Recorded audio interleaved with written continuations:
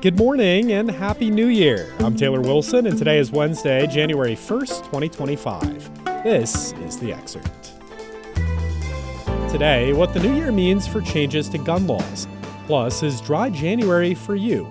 And we talk about the history behind polar plunging. The new year means new gun laws across the country. While violent crime rates appear to be falling after a pandemic-related spike, gun violence continues to plague communities around the country. In 2024, there have been nearly 500 mass shootings, according to a database maintained by Gun Violence America. President Joe Biden has spoken of his administration's work aimed at reducing gun violence, including passing the most significant gun safety legislation in nearly 30 years. States have also taken steps to pass their own gun regulations. By and large, the state laws related to guns taking effect this year enforce gun safety, according to the gun violence prevention organization Every Town for Gun Safety. In Colorado, for example, any handgun stored inside an unoccupied vehicle must be in a locked, hard-sided container that is out of plain view, and the vehicle also must be locked, with some exceptions. Later in the year, Coloradans who want to apply for a concealed carry permit will be required to complete an 8-hour training class, which includes a written exam and a live fire exercise. And in California, laws going into effect include requirements for firearm dealers to provide consumers with a pamphlet covering the reasons for and risks of firearm ownership. Elsewhere, New Hampshire's New Year laws bolster gun rights, and Kentucky joins a list of states that have passed laws to prohibit assigning a code for gun retailers known as a merchant category code. The so-called MCCs can be used by financial institutions to see what kinds of purchases are made, though it does not show the specific item purchased. Drug makers plan to raise U.S. prices on at least 250 branded medications beginning today.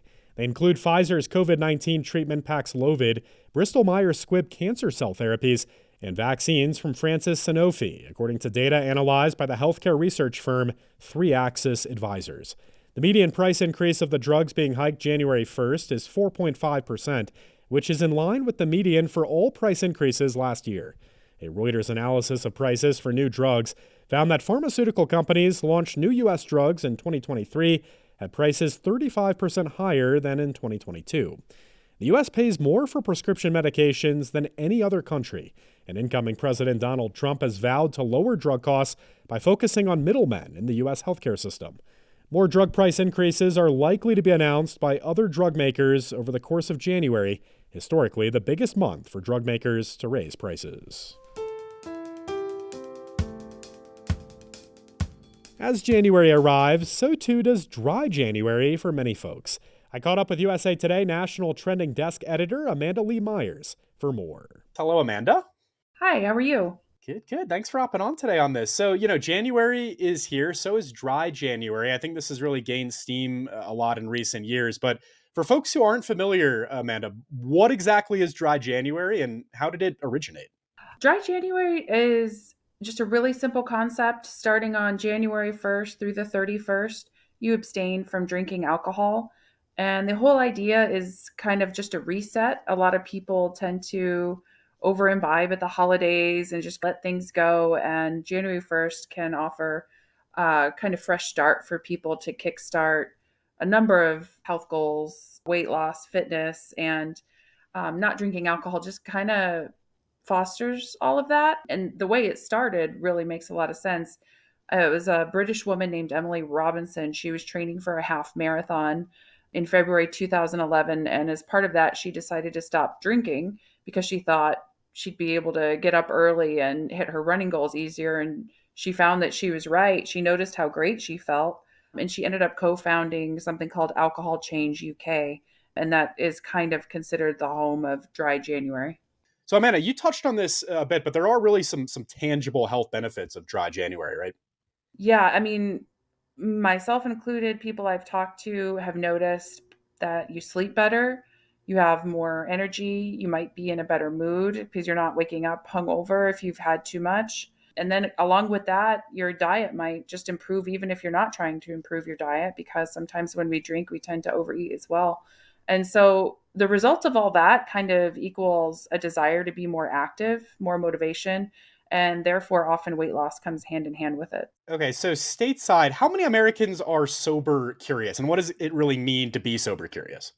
I think, sober curious just means, you've been drinking for however long. Maybe you're a binge drinker. Maybe you don't drink every day, but maybe you have noticed you're drinking more than you want to. So, and you probably have at least one friend or family member who maybe used to be an alcoholic and isn't anymore. And so momentum ends up building, and people just start wondering, maybe I can do this too. They see that one friend who's drinking non alcoholic beer or non alcoholic cocktails out at dinner every time they get together. Hey, if they can do it, maybe I can do it. But it can be an uphill climb. And I think that's where you get the sober curious. Some people aren't ready to just dive right in, because a lot of people use alcohol to celebrate milestones or unwind after work. So it can become a crutch for a lot of different occasions. But yeah, studies have shown that increasingly Americans are getting more and more interested in this as time goes by. And as we kind of learn more about the ill effects of alcohol, even if you're not binge drinking or drinking every single day, there are doctors who are saying no amount of alcohol is safe for people to drink. And we're learning more about that. There are studies have shown 42% of Americans are sober curious, which is a much higher figure than in the past. And we also can see that in sales of non alcoholic beverages, they have been going up and up and up. And more companies are getting involved in this. They're creating more options for people, which just makes it easier on the people who are trying to stop drinking. Wow. So, what are some tips if for folks listening thinking, hey, this might be a good idea for my life this month? What are some tips for a successful dry January? As someone who has done dry January for multiple years, I think the biggest tip for success is finding a substitute drink, especially if you open a bottle of wine to celebrate something, or hey, it's Friday and I want to unwind. You create sort of a special experience when you do that. So you need to have a substitute drink for those moments. I really like sparkling water. Flavored sparkling water is a really good idea. They have so many more flavors out there now than when they first started. A lot of people really like mocktails, really like creating the feeling that they're drinking a cocktail without the alcohol. Another big one is to avoid temptations. If you have 10 bottles of wine sitting on your counter, I mean, that's going to be a huge temptation. So maybe just put them away for January or however long you want to do that, or give them away as gifts, even. Another big one is to try not doing it alone. Enlist your partner or a best friend or a family group. Maybe there's a group text where you're all talking every day about this. Just something to make you feel like you're not in on this alone. And then there's an app that can even help. It's free. It's called Try Dry. And the app will actually help you track how much money you've saved not drinking alcohol, which can really add up. And it also tracks goals and things like mood and sleep monitoring and things like that. And then another tip is you might slip up, maybe you get together with friends for dinner on a Friday, mid-January, and they open a bottle of champagne and, you have a glass. It's not the end of the world. Just start over the next day. All right. Amanda Lee Myers is National Trending Desk Editor with USA Today. Thank you so much, Amanda. Happy New Year. You're welcome. Thank you so much. Happy New Year. There may be no major presidential election, no more Taylor Swift Eras Tour, and no extremely rare celestial event to look forward to in 2025, but there is plenty more to come in the new year. The calendar will begin with a national day of mourning for former President Jimmy Carter on January 9th, followed by the inauguration of President-elect Donald Trump on January 20th. We'll get plenty of major criminal trials, including that of Diddy and Luigi Mangione, and a potential ban on one of the most popular social media apps in the country, TikTok. And in pop culture, Hollywood will celebrate a number of major awards shows leading up to the Oscars on March 2nd. Major movie releases will include Wicked Part 2, a third installment of the Avatar movies at the end of the year, and new titles from directors Bong Joon-ho and Wes Anderson. For more on what we're keeping an eye on as we turn the calendar page, check out a link in today's show notes. Polar plunging has emerged as one of the coolest health trends in recent years, but cold water swimming has been an American tradition for well over a century.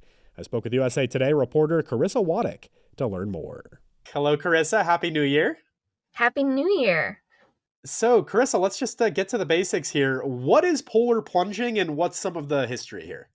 Yeah, so polar plunging is essentially the act of either running into or dipping yourself into ice cold water. People have been doing it for thousands of years. Ancient Greeks even used kind of cold therapy.